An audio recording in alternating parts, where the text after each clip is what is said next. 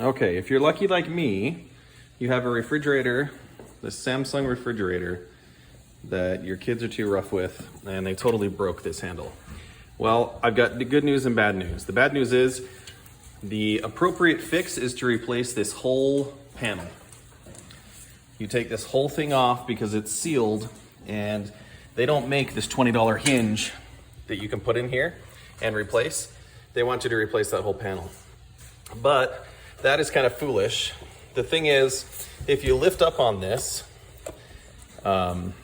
it helps kind of push up at the top here. It pushes this little knob out, which helps you open the door a little bit. But it's not necessary to use that in order to open the freezer. You can just pull on it. So what we're going to do is, instead of spending $350 for this part, we are going to repair this part using epoxy. And I got a few different things. We got some Loctite PL Max Premium. That's really good stuff. This is gray. One of the reasons I went with this, it's about $10 at Home Depot. We've also got this JB Weld, which is going to be good. We're going to start with that. That's about $7 at Home Depot. And then we have this other kind of putty-like epoxy. And if your plastic like this had all broken and all that's left is kind of this middle piece, what you would actually do is you'd want to get 2 of these, maybe even 3. They're about $5 a piece.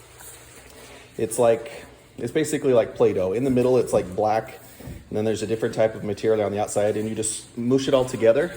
And what you would want to do is, back here, this goes in a little bit, and it goes up a little bit. And so what you want to do is you want to fill this whole thing with epoxy, so it's smooth over like that. And then you would place this piece right here in here and smooth it out so that you'd be able to attach your handle to it. And with it being back here and attaching to this stuff, that's going to be a secure hold. So we're going to experiment and figure out how the best way is to fix this for $15, $20 versus $350. This end right here, all it does is it's in there and slides, and then this is the end you connect to. So we're going to pull that out. We're going to unscrew this so we can see what we're dealing with. And that should be as easy as just loosening this. There we go. And that pops off. So we're going to stick the handle aside. Now, as I'm looking in here, I'm noticing we've got a spot right here we can glue to, a spot right here we can glue to, and that's about it. Okay, as I'm investigating looking at this, I was saying, hey, something's not right. And there's a trim around here, and I said to my family, is there a piece of this? And there in fact is. So this will make our job a bit easier on having something to attach to. Okay, so I snapped this piece in, which is gonna make a world of difference. Now, when you actually put it in there, it fits and it's not super loose. So that makes sense. I did notice there was kind of like some buildup down here. The parts have to be clean if you want them to stick together. So just get a wet rag and just kind of wipe it off to make sure you're getting kind of all that gunk off. The front here probably doesn't matter as much because we're not actually putting epoxy on there.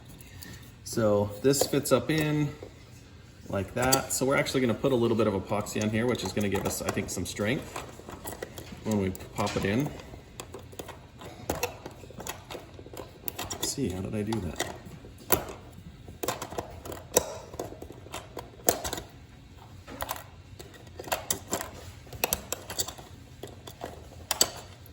There we go. So my plan is going to be to put epoxy along here and along this edge, right along here, and then I'm probably going to use some of that Loctite caulking along here to fill in the rest of it to give it more strength. And so what we're going to start with, I'm going to practice a few times to make sure that when I actually do this, it's locking in right. There we go, because something's catching. And you want to make sure that when you actually have your epoxy on here, you're not screwing around with it too much. So I don't think we're going to need this product. Good product, not for this application, we don't need it. So we're going to start with this product right here. So the best we're going to be able to do is attach some epoxy right here and on right there. I'm going to take, this is wet, so just use that to kind of scrub the bottom and side of this. I'll put that down so you don't ruin anything. And then this just untwists. And you're gonna have two different materials that come out at the same time. Yeah, like that. Okay, so that side wants to come out more.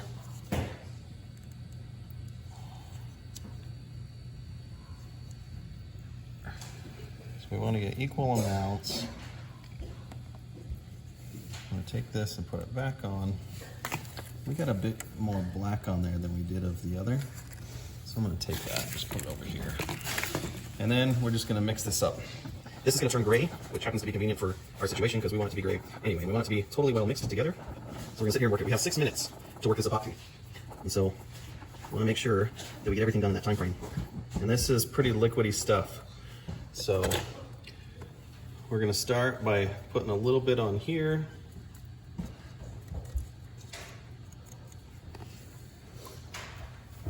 Put some along here.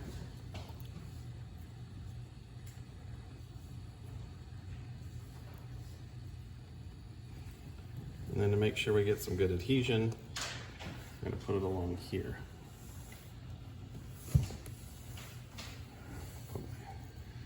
And then, there we go, that happened to work out really well. Okay, I'm gonna get a paper towel. We've got a wet paper towel.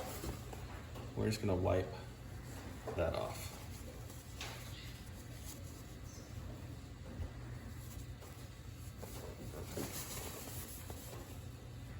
I'm going around the outside.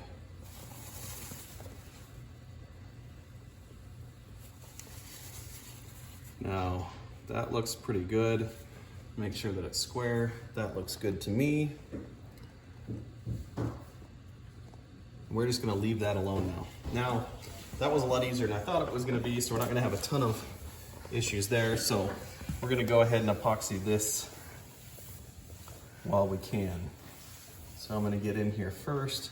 And the reason we need to do both of them is if this one's lifting up and that one's staying solid over there, it's gonna torque it and it's just gonna break stuff over time. So we need to make both of them lock tight. Now, getting epoxy in between here, the only way we're gonna be able to do it is just to come over and kind of put some on this side.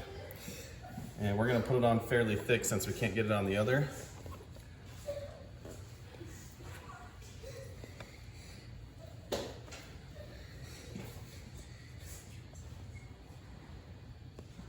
And it doesn't matter that we get a ton back here because it's only a little bit more than this popsicle stick thickness on this piece right here. And that's what we need to get it to bond to.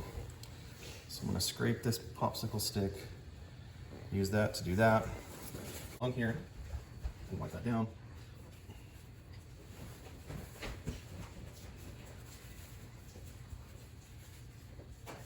Okay, good. Get that outside edge really well. Get your fingernail in there along with it. Okay, and we're just gonna let that sit up. It really didn't take much epoxy, you'll be able to use this later. I love how they've got these connectors down here now. So you can use this at a later time, you just put this in the shelf and use it for something else. But you'll notice, there's still a big gap along here and here. We're gonna wait for our 6-minute working time to be up with that epoxy. And then what we're gonna do is we're gonna take some of that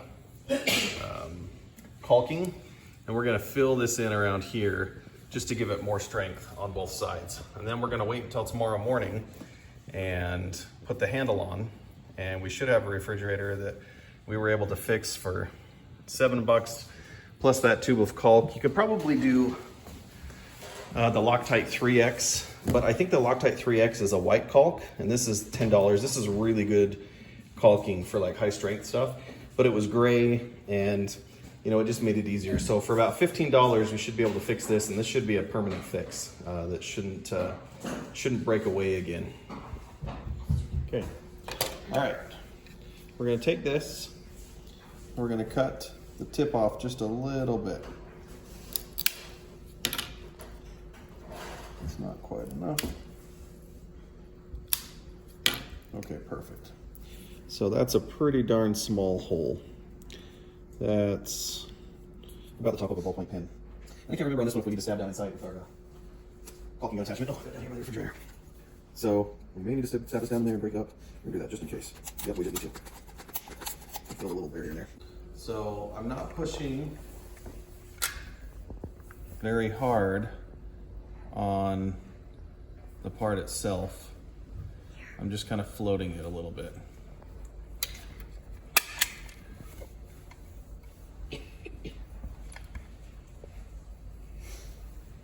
I'm putting in a pretty generous amount. I want it to squeeze around. Good. Put that like that. Yep, just gonna thank you. And this is some pretty gooey stuff. I've got this on my hands before and it's not ideal.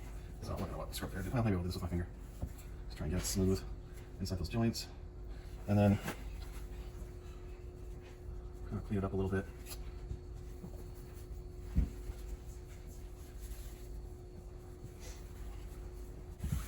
Perfect.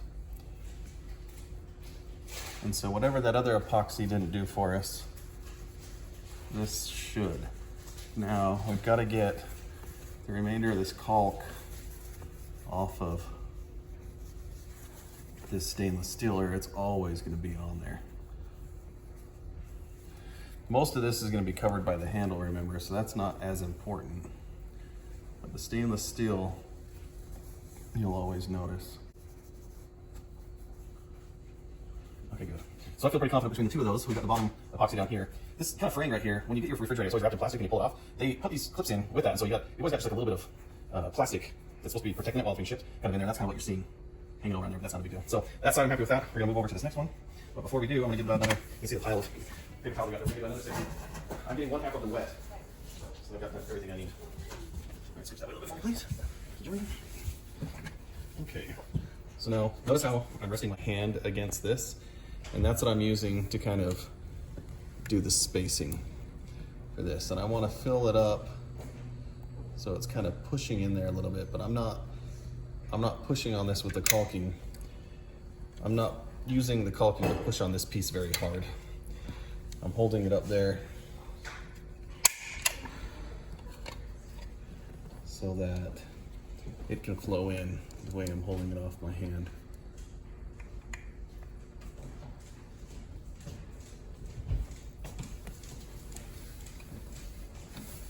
And I'm being pretty liberal with how much I'm fitting in. It's basically as much as I get to go in there is how much I'm shoving in there. So with this stuff, as long as it's got good contact, it's not going to take a crazy amount.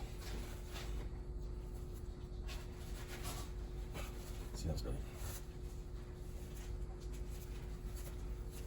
We're going from bad to worse.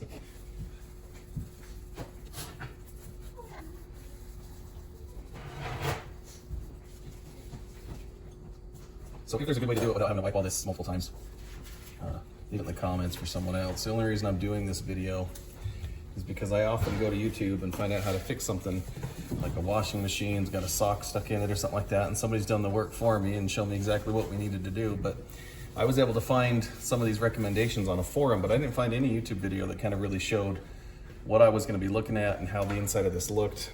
And so I'm just trying to pay it forward a little bit here. So okay, so we actually let this set up for 48 hours just to make sure everything's good, and the caulk is nice and firm now. You hit it with your nail and it doesn't deflect at all, and you can pull on these just fine, no problems.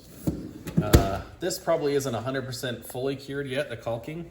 I think it takes 7 days though. It's supposed to the wasted up, but that's also the reason we use the epoxy along the bottom. So between the two, we should be good to start using this right now. So we're just gonna go ahead and lock these handles on here, tighten this up.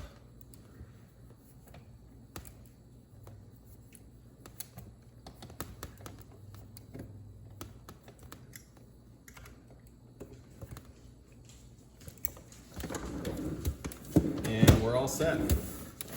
Nothing about the color of this is offensive when you look at it so that it looks weird.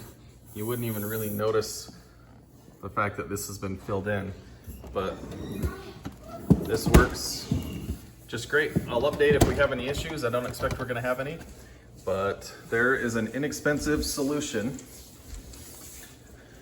to a $300 repair.